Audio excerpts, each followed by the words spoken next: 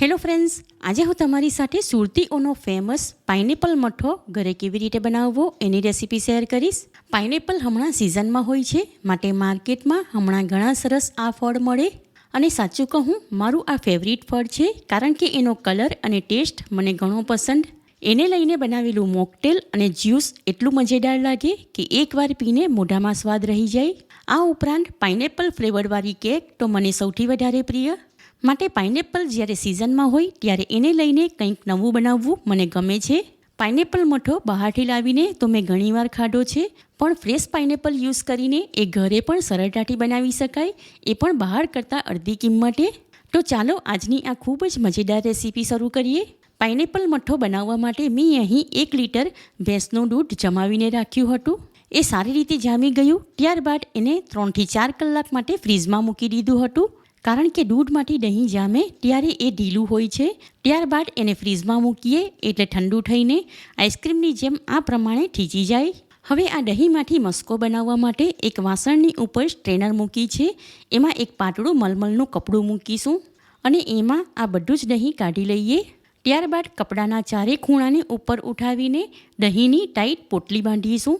ત્યારબાદ એની ઉપર એક સ્ટીલનું ઢાંકણ મૂકીને એમાં ખાંડણી મૂકીશું, એટલે વજનની નીચે દબાઈને દહીંમાંથી બધું જ પાણી નીતરીને નીચે વાસણમાં આવી જાય. હવે આમને આમ આ સ્ટ્રેનરને નીચેના વાસણની સાથે 10 થી 12 કલાક માટે ફ્રીઝમાં રાખીશું, એટલે દહીંમાંથી જે મસ્કો રેડી થાય એમાં ખટાશ વધી ન જાય. કારણ કે મઠ્ઠો કે શ્રીખંડ બનાવવા માટેનો મસ્કો વધારે ખાટો હોય તો એમાં ખાંડ પણ એટલી વધારે નાખવી પડે. હવે મઠ્ઠો આપણે ફ્રેશ પાઇનેપલ યુઝ કરીને બનાવીશું. એના માટે મેં અહીં 350 ગ્રામ પાઇનેપલ લીધું છે.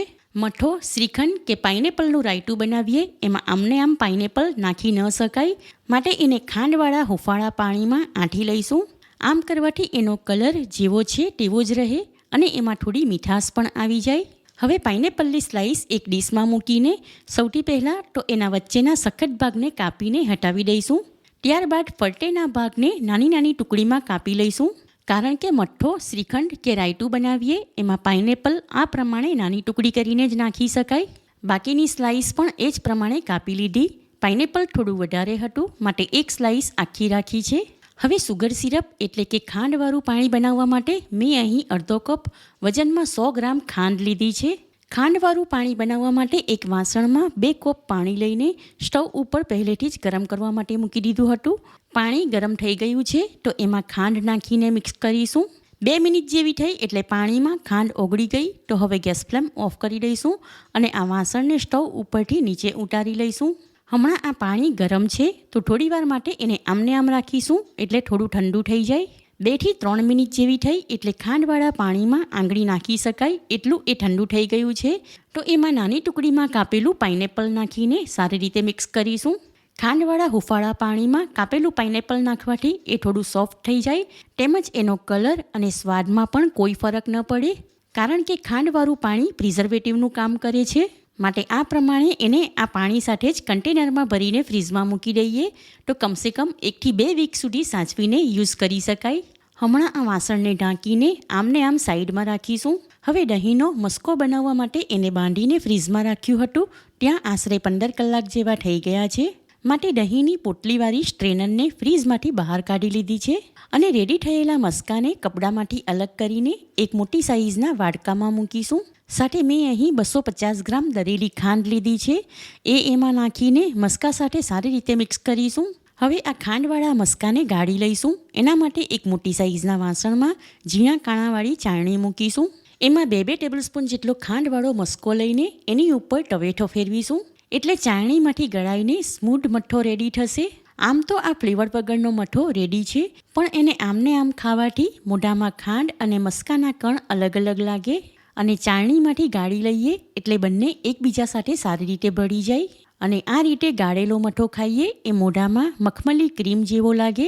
થોડો થોડો કરીને બધો મસ્કો ગાળી લીધો અને હવે આ ફ્લેવર વગરનો મઠ્ઠો રેડી છે. હમણાં આ મઠ્ઠો ઘટ્ટ દેખાય છે. આમાં પાઇનેપલની ટુકડી ઉમેરીશું, એટલે પહેલાં કરતાં થોડો ઢીલો થઈ જશે.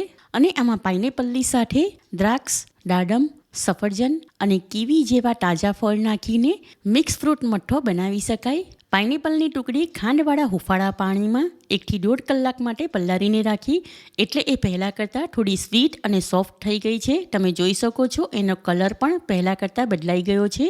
હવે એને ખાંડવાળા પાણીમાંથી નીટારીને ચાળણીમાં કાઢી લઈશું. અને આ પાઇનેપલના ફ્લેવરવાળું પાણી શરબત બનાવવા માટે અથવા પાઇનેપલ ફ્લેવરની પેસ્ટ્રી બનાવીએ એમાં કેકના સ્પંજની ઉપર સ્પ્રે કરવા માટે યુઝ કરી શકાય. રેડી કરેલો ફ્લેવર વગરનો મઠો ફ્રીઝમાં મૂકી દીધો હતો અને આ પાઇનેપલની ટુકડીને પણ હમણાં અડધો કલાક માટે ફ્રીઝમાં રાખીશું. આશરે અડધોથી પોણો કલાક જેવો થઈ ગયો, માટે મઠો અને પાઇનેપલની ટુકડીને ફ્રીઝમાંથી બહાર કાઢી લીધા છે. હવે આ મઠ્ઠામાં 1 કપ જેટલી પાઇનેપલની ટુકડી અને 5 ટીસ્પૂન જેટલું પાઇનેપલ એસેન્સ નાખીને સારી રીતે મિક્સ કરીશું. મારે ત્યાં આ મઠો વધારે ઢીલો હોય એ કોઈને પસંદ નથી, માટે મેં ઓવરનાઇટ 15 થી 17 કલાક માટે દહીંને બાંધીને ફ્રીઝમાં રાખ્યું હતું. તમારે આ મઠો ઢીલો બનાવવો હોય તો ફક્ત 10 કલાક માટે જ દહીંને બાંધીને ફ્રીઝમાં રાખવું. પાઇનેપલ મઠો રેડી છે તો એને સર્વ કરવા માટે નાની સાઇઝના બાઉલમાં કાઢીશું. અને આ બચી ગયેલી પાઇનેપલની ટુકડી યુઝ કરીને પાઇનેપલનું રાયતું બનાવી શકાય, અથવા ફરી એનું જે ખાંડવાળું પાણી હતું એમાં ડૂબાડીને એક કન્ટેનરમાં ભરીને ફ્રીઝમાં મૂકી દઈએ તો એને 2 અઠવાડિયા સુધી ફ્રીઝમાં રાખીને બીજી કોઈ રેસીપીમાં યુઝ કરી શકાય. પાઇનેપલ મઠો એટલો સરસ ક્રીમી મુલાયમ દેખાય છે અને એમાં નાખેલી ફ્રેશ પાઇનેપલની ટુકડી એના કારણે આ મઠો જાણે ખાયા જ કરવાનું મન થાય. સુપર ડિલિશિયસ, એકવાર ખાઈને મોઢામાં સ્વાદ રહી જાય એવો આ પાઇનેપલ મઠો એકવાર તમે આ રીતે બનાવશો તો ગેરંટી છે કે તમે બહારથી લાવવાનું પણ ભૂલી જશો. કારણ કે એક તો આ મઠ્ઠો બિલકુલ ફ્રેશ, બીજું કોઈ પણ જાતની મિલાવટ વગરનો અને ચોખ્ખો, ત્રીજું બહારથી લાવીએ એના કરતાં પણ અડધી કિંમતે ઘરે જ સરળતાથી બનાવી શકાય. આ પ્રમાણે પાઇનેપલ મઠો બનાવીને એક કન્ટેનરમાં ભરીને ફ્રીઝમાં મૂકી દઈએ તો ફ્રીઝમાં રાખીને કમસે કમ 7 થી 8 દિવસ સુધી ખાવા માટે લઈ શકાય. ઠંડો પાઇનેપલ મઠો ગરમ ગરમ લોચા પૂરીની સાથે અને રવા મેંદાની ફરસી પૂરી સાથે ખાવાનો પણ ઘણો સારો લાગે. માટે આ ખૂબ જ મજેદાર પાઇનેપલ મઠાની રેસીપી તમે એકવાર ચોક્કસ ટ્રાય કરો. અને જો તમને મારી આ રેસીપી પસંદ આવી હોય તો વિડીયોને લાઇક કરીને વધારેમાં વધારે શેર કરો.